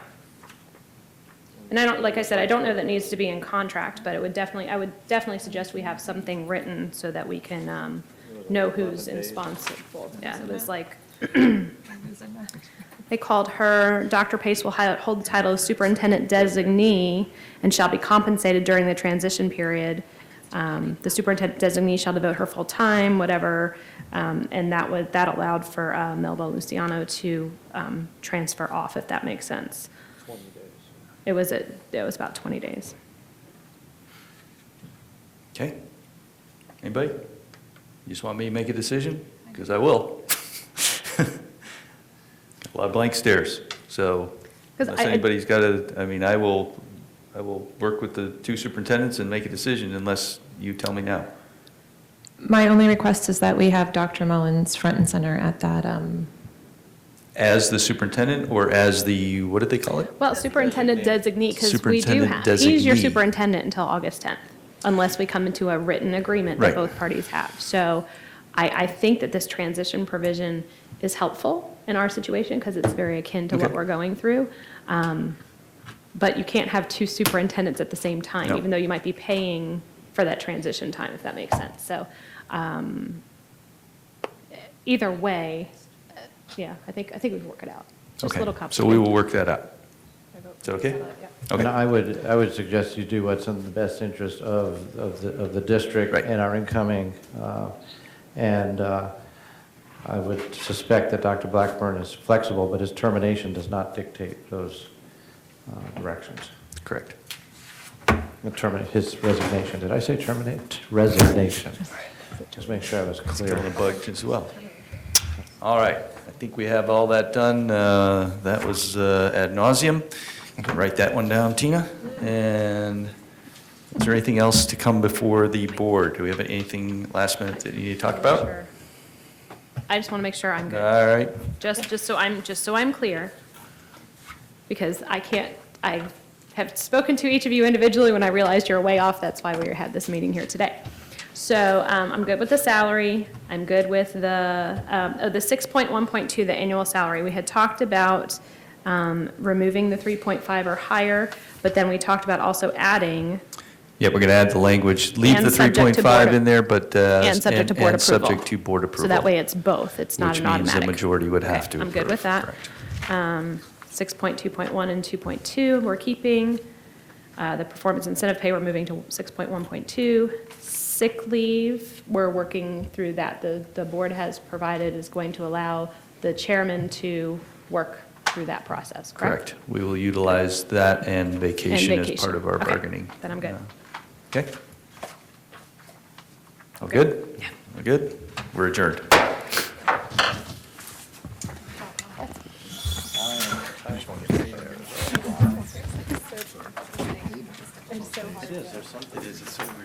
Well, I can honestly say that I'm really glad you wanted to say, I want this exact number and this exact. Well, and then you give a range that you can negotiate with, but he knows what we're going in with.